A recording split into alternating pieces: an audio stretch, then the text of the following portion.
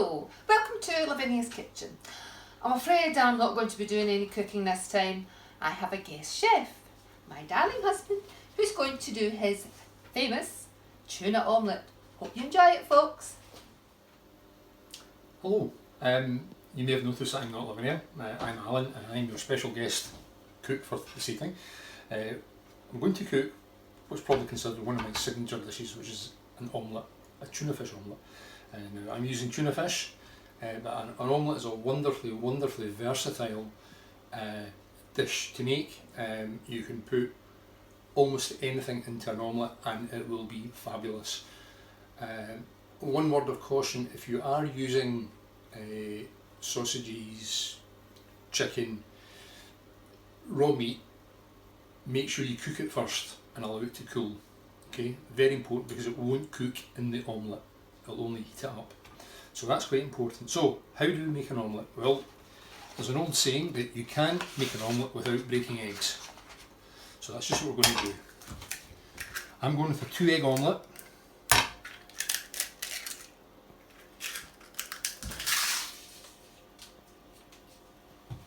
Okay, 2 eggs in the bowl, a little bit of salt and pepper,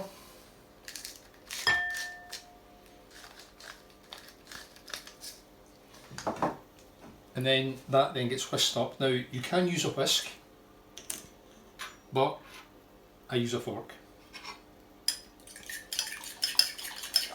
And this is your very basic omelette mix. Now I'm reliably informed that you can substitute sugar for the salt and pepper and make a sweet omelette, and then you can put fruit through it. It's a slightly different technique of whisking it up. You separate the yolk from the white, whisk up the white and then fold the yolk in to get a fluffier texture, but we're not doing that. Okay, as I said before, I'm doing tuna fish, and it'll be tuna and onion. So we've got half a small tin of tuna. This is tuna in spring water, and I've drained it so that there's no water left there, or minimal amount of water in it. And this is a quarter of a medium-sized onion, chopped up finely. You can chop that as coarse or as fine as you like. You can put that into an omelette raw because it's there to provide texture and a little bit of flavour. So we break the tuna up and just drop that into the egg mix. Likewise with the tuna, the onion goes in as well.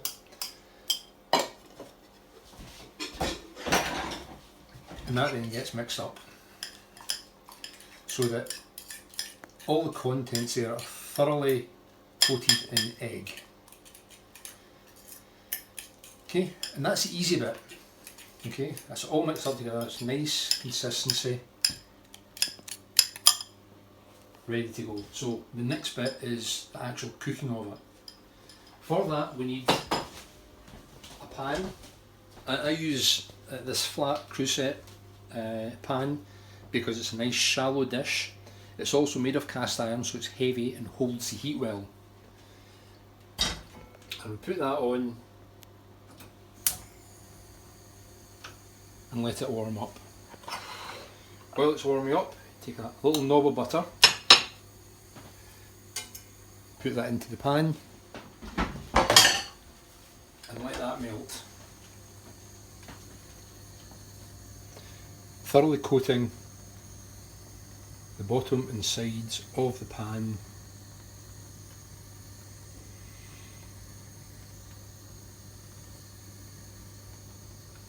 So that you get a nice, not greasy surface, but the idea is that the omelette doesn't stick to the pan. Again, you want to let the pan get nice and hot because an omelette cooks quickly. You can see once the butter's nearly all melted. Now once it has melted, you've got to let the pan warm up just a little bit more, because when you pour the egg in, you want it to start cooking almost right away. And you can see now the butter is all melted and it's starting to froth a little bit. You want to catch it just before it burns.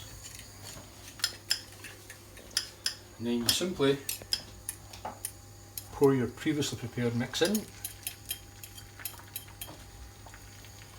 and you see it starting to cook round the edges right away.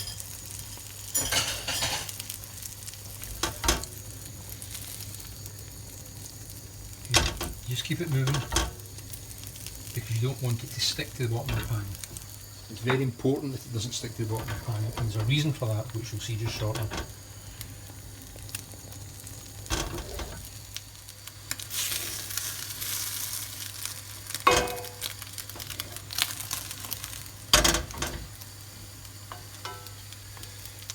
Now at some point the omelette has to be turned over.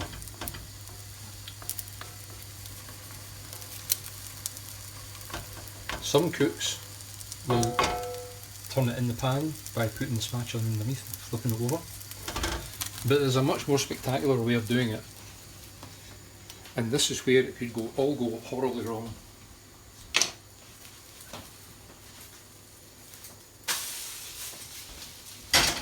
I wish I could get that in slow motion.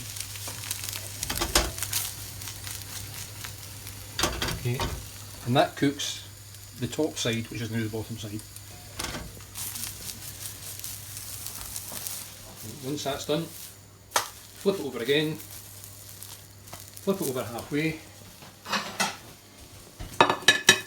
put it onto a plate and serve. So that's it, cooked. This is your tuna fish omelette. You can see it's nice golden brown on the outside here.